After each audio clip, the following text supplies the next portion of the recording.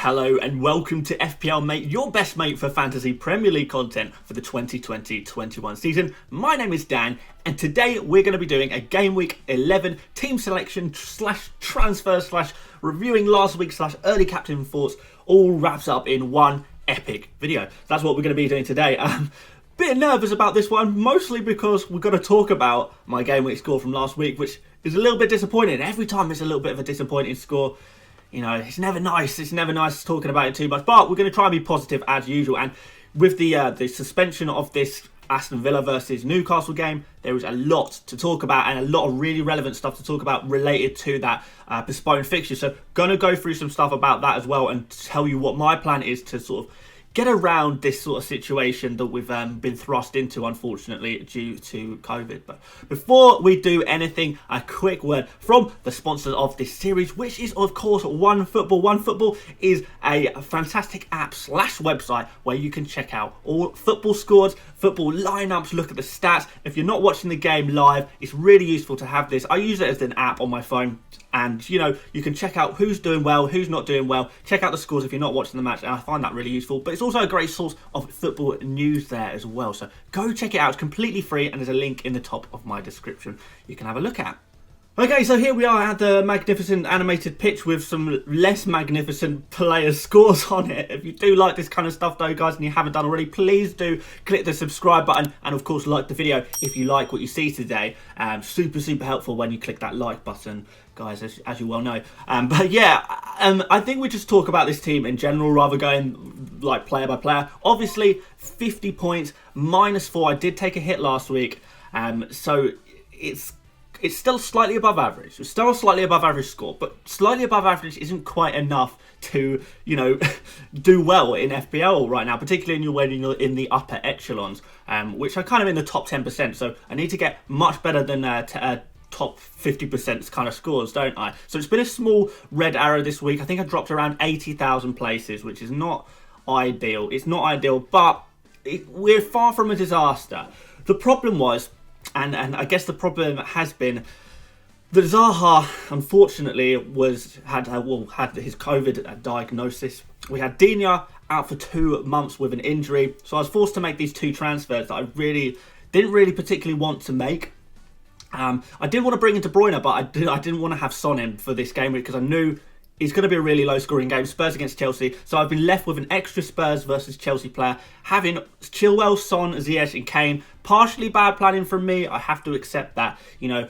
But ideally, I wouldn't have all those players. And I did, and, you know, all of them blanked bar Chilwell, who got the 8 points there, obviously. So, yeah, we're forced into a move to take out Digne, and instead we put in Cancelo. And, yeah, unfortunately, Cancelo didn't even play. He didn't even play. Mendy came straight into that left-back position. Walker kept his place at right-back.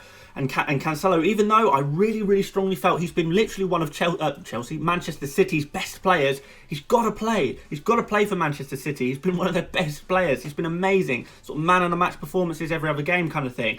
And yet, he was benched and didn't even make any minutes. So the second transfer that I brought in, straight on the bench. Then, this is what you want me to talk about, guys. Neil Maupay. The most disasterful troll game week ever. So Neil Maupay starts off this game against Liverpool really positive. I was feeling pretty positive about it before the game because Liverpool defensively, so they don't have the pace that they used to have. They don't have the experience. There's going to be some gaps to exploit here. Neil Maupay puts a beautiful through ball in for Connolly. Connolly misses his 1v1. Not good. Maupay should have had an assist. Damn it. Okay. Oh well. We'll move on. Maupay. Now he's got a penalty at his feet. Brilliant. Okay, fine. We missed the assist, but we can get this goal from the penalty. He's got an okay record from penalties, so we're expecting him to score this. What does he do? He puts it wide. Unbelievable. So we're on -1 point. We're like, okay, -1 point. But this Liverpool defence can definitely be exploited. There's still points in this for me. Might not be as much as I'd hoped, but there's still points in this for me. What happens? He gets injured. He's forced off the pitch very early in the game.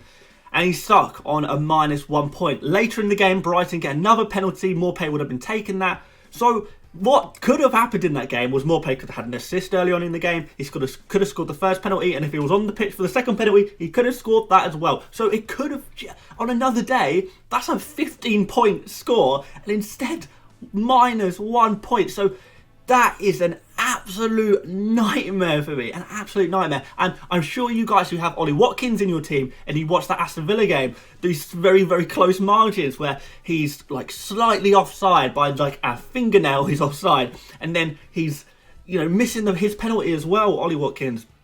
And you sort of think, oh, for crying out loud, this could have been a huge score. And yet it wasn't. It was nothing. So yeah, sometimes you can just put things down to bad luck. Things can't go your way 100% of the time. Sometimes you are going to get some bad luck. And that's what Watkins owners had. That's what, well, more pay owners have. And yeah, still sat on minus points there, which is very, very disappointing. But overall, the team was pretty disappointing. Only 3 players got anything. Chilwell, Grealish, obviously fantastic again, as usual. Chilwell has been a real good servant for my fantasy team, and, you know, really good player to have in your team as well. De Bruyne, the new signing, I always knew that was going to be a good one. I've been fully confident about that one. So he was straight in, straight with the armband. 2 assists, not bad. We'll take that for sure. Could have been more. But, you know, happy with 10 points, absolutely. But, yeah, overall, a disappointing game week. Could have been a lot worse. I got the captaincy decision right. I got Grealish on with points, Chilwell with points, but I had too many Chelsea players and Spurs players all playing against each other. I had Cancelo in, who didn't even play. Maybe should have taken a slightly riskier, less risky transfer in. And, of course, more pay. Just bad luck there, really. So, partially my fault, partially bad luck. But, yeah, not a good game week. But, you know, it's one game week. It's one game week, and we can move on and try and be positive and see what we can do next week. And that's exactly what we're going to do now. So, guys, I'm going to show you my team first.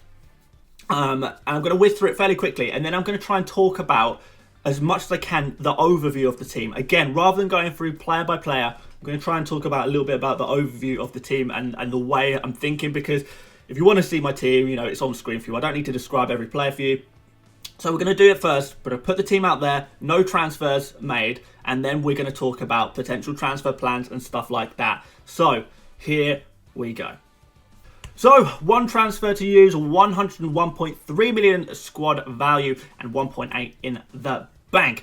Let's whiz through this team. Starting off in goal, Martinez against no one, because the Newcastle game has been postponed. Then on to Chilwell against Leeds. That's a nice fixture, to be fair.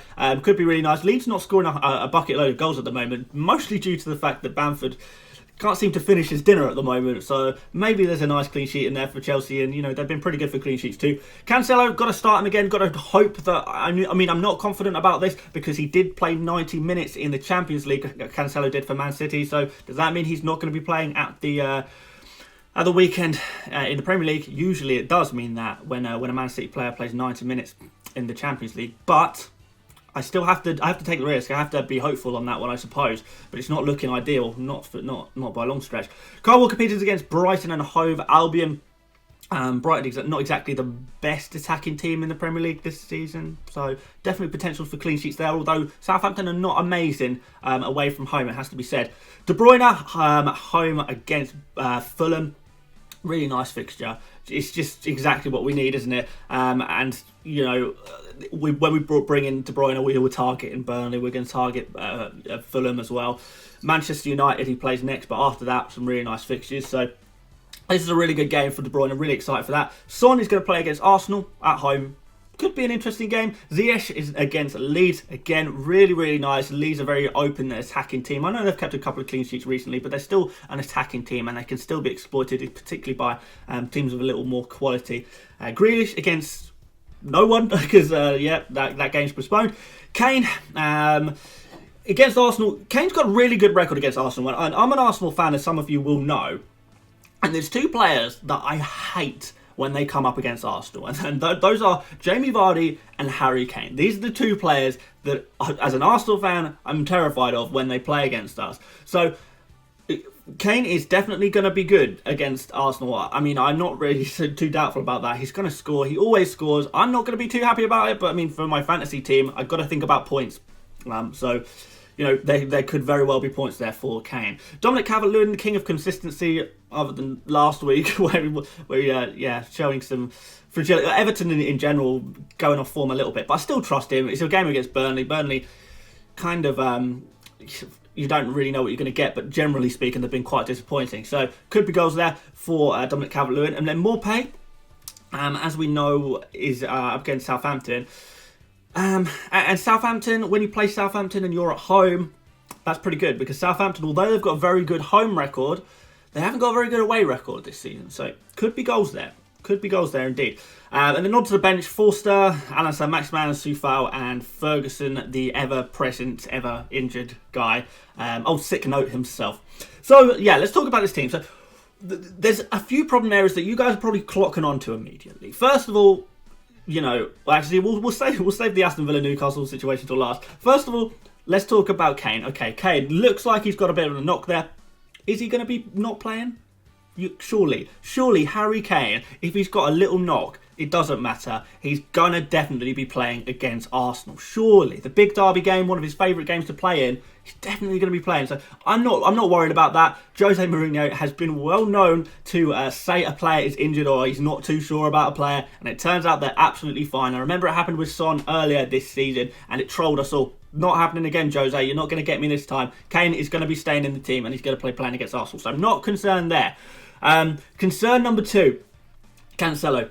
But it's up against Fulham. Who am I going to bring in instead? There's no one really I really desperately want, other than like a sideways move to, I don't know, maybe like Diaz or someone who was just going to get me 6 points every game week, assuming he plays every game week.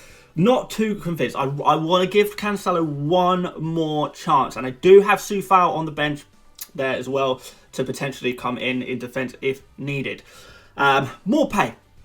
Okay, a lot of people will be saying, okay, surely you've had enough of Morpay by now. He's disappointing week in, week out. And, surely he's just a bad omen. He's just bad luck. He's just bad news in your team. Just get him out. I'm not a superstitious guy.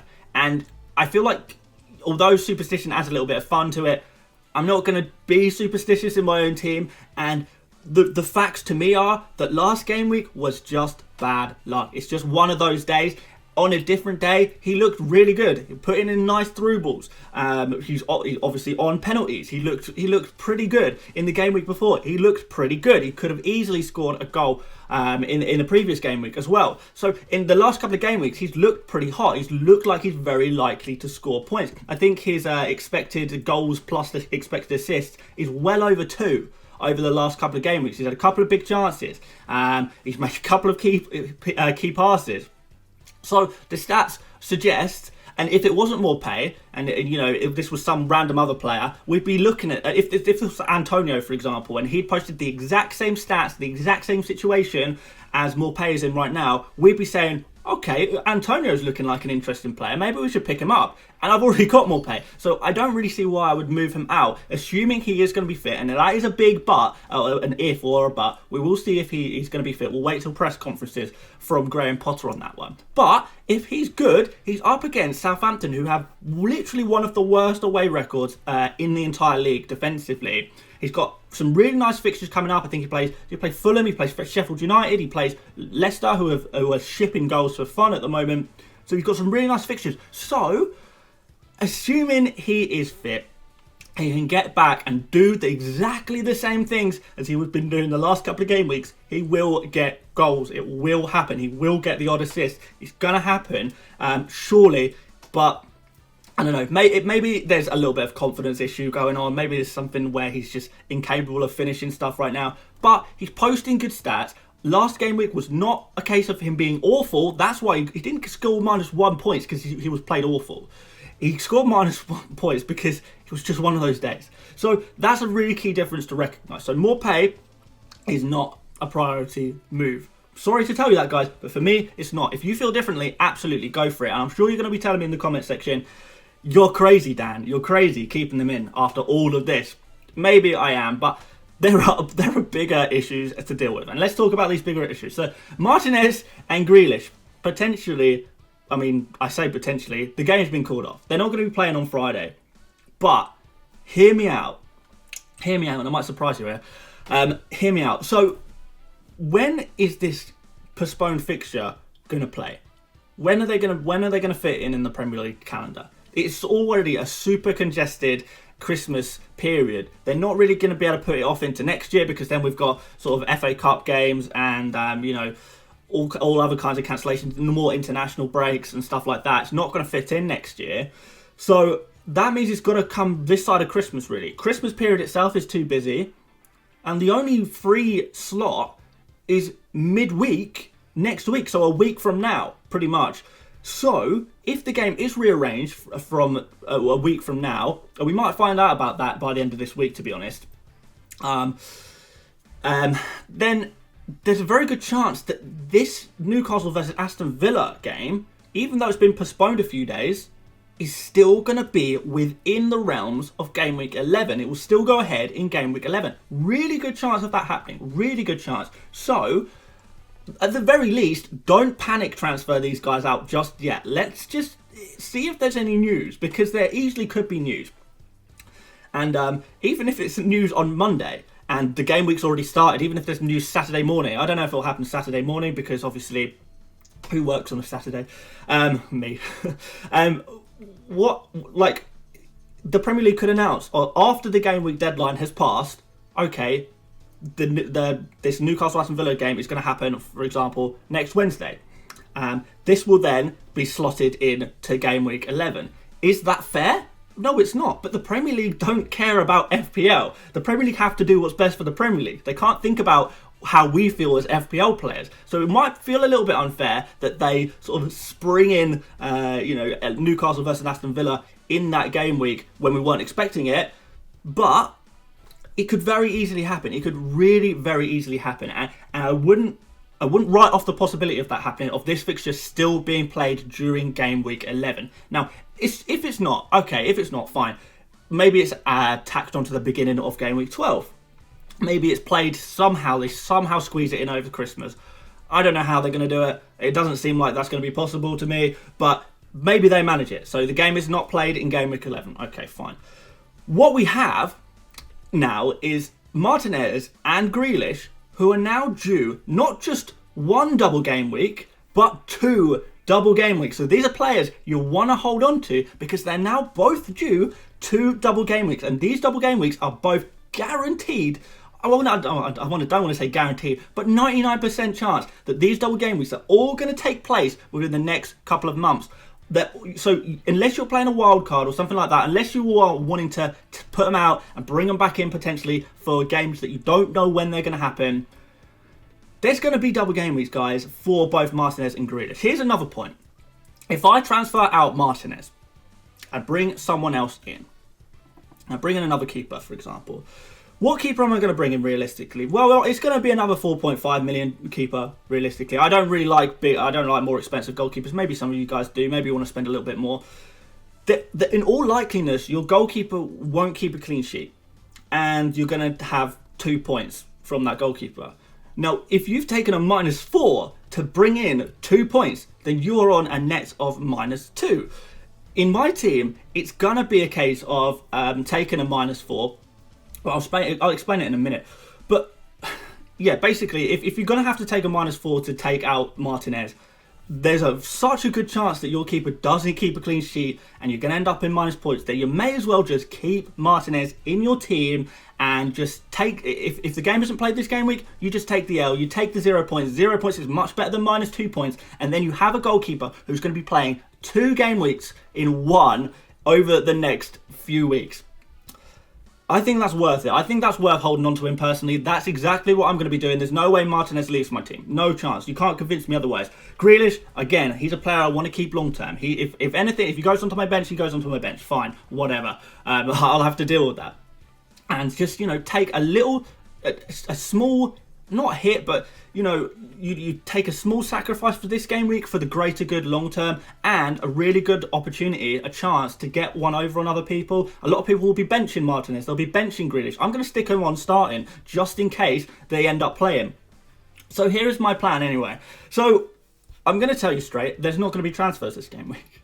Which you might think I'm crazy, because looking at this, you might think, whoa, Martinez, Cancelo, Grealish, Morpay, 4 players there I could potentially be using transfers on right now. I don't want to. I don't want to, and the reason is because I need 2 transfers for next game week. If I don't have 2 transfers going into next game week, I'm going to have to take a -4 because next game week Son is going out, Ziyech is going out, Salah is coming in, and Jota are coming in. Both of those players are coming in for Son and Ziyech. That's happening. That's 100%. Sort of Liverpool up against Fulham. Definitely want those 2 players for that fixture. I'm going to captain Salah straight away. This is part of a long-term plan. So I'm not going to change my long-term plans. So basically, any transfer I make this week, because I'm guaranteed to be making 2 transfers next week, any transfer I make this week is going to count as a -4. Even though I've got technically 1 transfer in the bank, using it up means I'm going to have to take a -4. So I essentially, for all purposes, have no transfers free. I'm going to have to take a -4, and that's not something I want to do. So short-term sacrifice in this game week, not making a transfer. You know, it might if Morpay or Kane are guaranteed to be injured, maybe I make a change. If Cancelo, you know, he's guaranteed not to play, maybe I make a change. If you know, so a big injury happens, someone comes out of COVID, maybe I make a last-minute kind of change. But as things stand right this second, I would rather just say, okay, I'm not going to have the most amazing score this game week. I've still got a lot of players that are looking really good, by the way. So, you know, De Bruyne, Ziyech, Chilwell, you know, potentially Cole Pieces, potentially Morpay, potentially Kane, potentially Son, DCL, obviously. Really, really good game week coming in for them, you would say. So it's not going to be like I get a bad score. It won't be the maximum score I possibly could. But the long-term benefits, I think, trump that. So quickly on captains, we're going to put armband on De Bruyne. We're going to put vice captain on Ziyech, and that's kind of how I'm going to set it up. We've got Soufal on the bench for emergencies, I suppose. If Cancelo doesn't play, if Grealish doesn't play, if one of those doesn't play, then we've got Soufal there on the bench who will come in against Manchester United at home. It could be a couple of points at least. And then we'll just roll with having Martinez. I really don't see the problem with doing that, if I'm perfectly honest, because any transfer I make, because it counts as a -4, it means the goalkeeper's got to score 4 or more points for it to be worth it. And then after that, not worth it anyway, because I'm going to have to transfer in Martinez back in for his double game week, because that's kind of what I'd want to do. So hopefully, guys, and that's a lot of talking, I know. Hopefully that will make sense to you guys. I know this video has dragged on a little bit with me just talking about my kind of strategy, but I wanted to put it out there. I've spoken a little bit about this on stream, but a lot of you guys, I know you don't watch streams, which is fine. So I wanted to put that out here and tell you my thinking, the way, you know, my thought process, my strategy, I guess, for the next couple of game weeks, because there is still a lot to be done this season, and sometimes you can't just play by the books of must have 11 players at all time. Think about long-term strategy a little bit more, and that's how you really climb the ranks. While everyone is sort of making real short-term hits, eventually that will catch up to them. If you make short-term decisions over and over again, it will catch up to you. And yeah, hopefully we're going to head in the right direction in long-term strategy and get ourselves right the way up to the real upper echelons of the world ranking. So that's what we're hoping for. So let's wrap up this video. Thank you so much for watching today. If you could leave a like, that would be really appreciated. If you could also subscribe if you're new around here, that would be awesome. Plenty of FPL content to come as always. And what have I got to say? So, not going to do a deadline stream this week, I don't think, because I'm busy on Saturday. I was hoping I could do this on Friday, but apparently, because the you know, games changing places, then the deadline's going to be on Saturday, so I can't do that, I'm afraid. So I'm going to do a Q&A stream instead on Friday, and we'll just hopefully answer some questions, go over the latest news, talk final strategy and stuff like that, and hopefully give you some solid advice well in advance of the deadline. So we'll do a nice Q&A stream on Friday evening, maybe sort of 5:30 p.m, but I'll put that in the on YouTube, so that pops up for you guys, so you can see when that's going to be on sooner rather than later. But yeah, thank you so much for watching, guys. Tomorrow we've got captain selection video. I'm going to do that tomorrow on Thursday, so that'll be pretty cool. And aside from that, if you want to check out anything in the description, I'm on Twitter, Instagram. Support me on Patreon if you fancy it, or join my mini league. All the links are in the description. Check out OneFootball, that link is in the description as well. And aside from that, thank you so much for watching, guys, and I'll see you on the next one. See you later, mates. Bye bye.